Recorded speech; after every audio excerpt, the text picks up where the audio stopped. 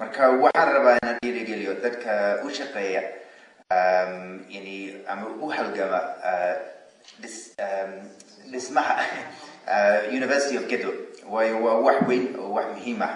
oo ay ka faa'iideysan doonaan dadka Soomaalida xaggaas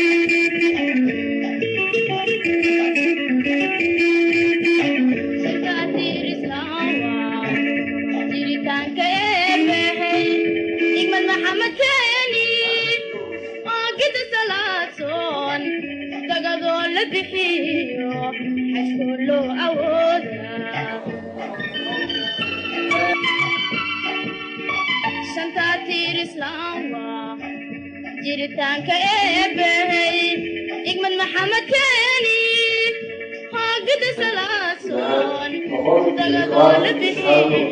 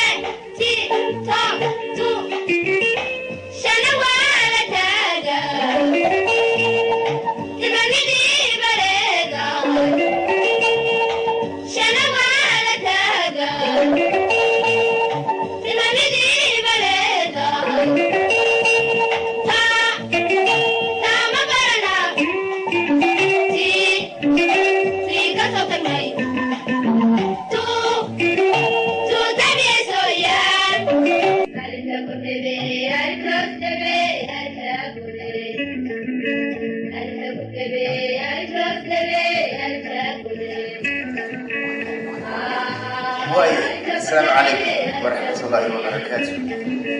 أنا أقول لك عيقوا ما تلقوا وين حلقة العالم سواء شبية حلقة نفسه ما نقدر والله عشاني هنا وحبر الشلال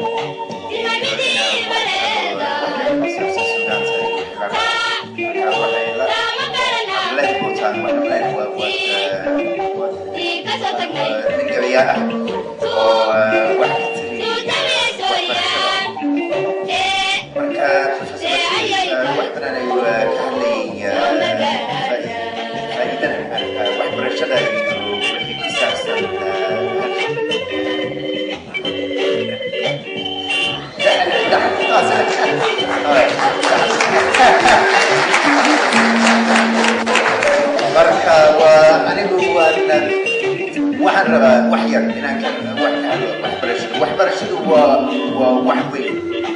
yani horta nabadu waa asalka waa naqaanaa nabadu waa asalka marka nabada kadib iyo cuntada kadib iyo wixii la raaca dadku waxay rabaan waxbarashada haato dhinaca caafimaadka haato dhinaca dhaqaalaha haato dhinaca diinta xoolaha iyo wax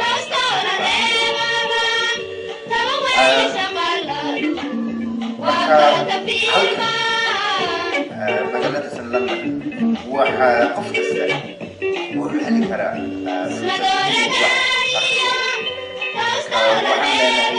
jaamacado kala duwan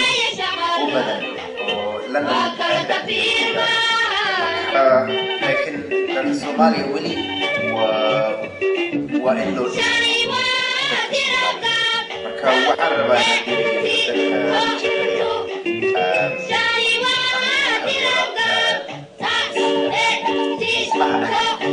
University of Gedo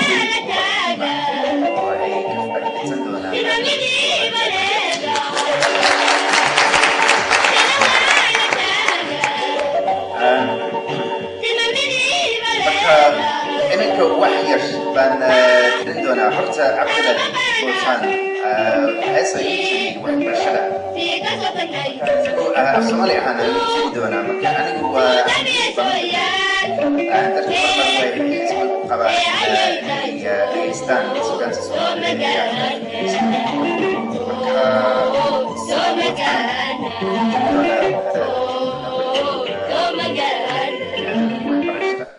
and then deetana waan af ingiriisi ahaan baan u aqriyi insha allah. السلام عليكم ورحمة الله.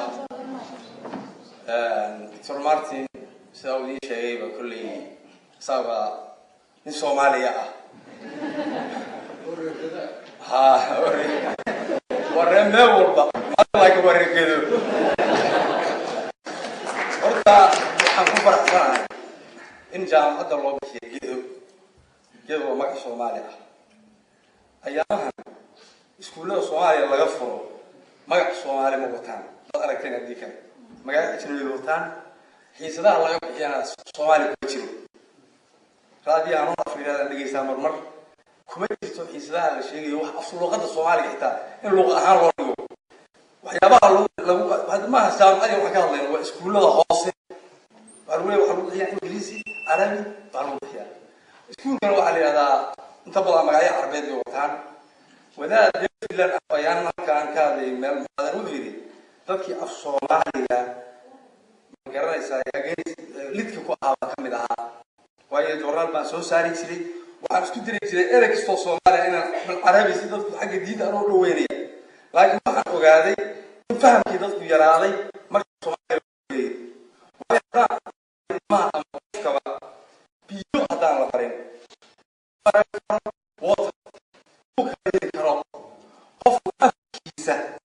هل كان بعدين جامعة الرياض تربوز يونيفرسيتي سنة كورا ماركي وشغال سيدنا معلم صومالي waxay fangareeyeen in ardada secondary-ga ku jirta wadankan dhaqanka Soomaaliga saddex mid North-ka ah mid halkan ku yaala mid East-ka ah mid West-ka in lagu ciyaalka in la baro dhaqanka afka Soomaaliga lagu dhiirigeliyo iyo dhaqanka iyo afka labadaba dad bay soo xuleen waxa weeyaan program wanaagsan baa loo sameeyay waxay ogaadeen sanad walba dadka halka isqora jaamacada Soomaalida ugu badan dadka isqora 20% baa Soomaalida ka soo harta 20 ka sanadka koowaad iyo sanadka labaad toban harta toban badan gabdhaha soo haray dumar badan waa research sameeyeen programka marka dhiirgelin baa Metropolitan University baa fangaraysay horta waxyaabo badan oo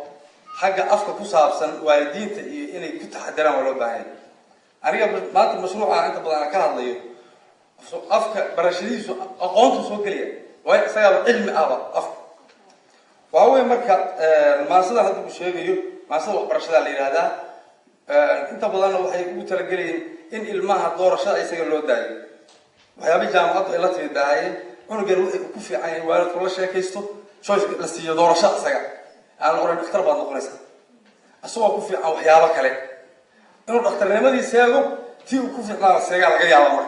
إن المها اللود ده يروح الدكتور على شيء كيستو لو كوفي أي اللود ده وحيابي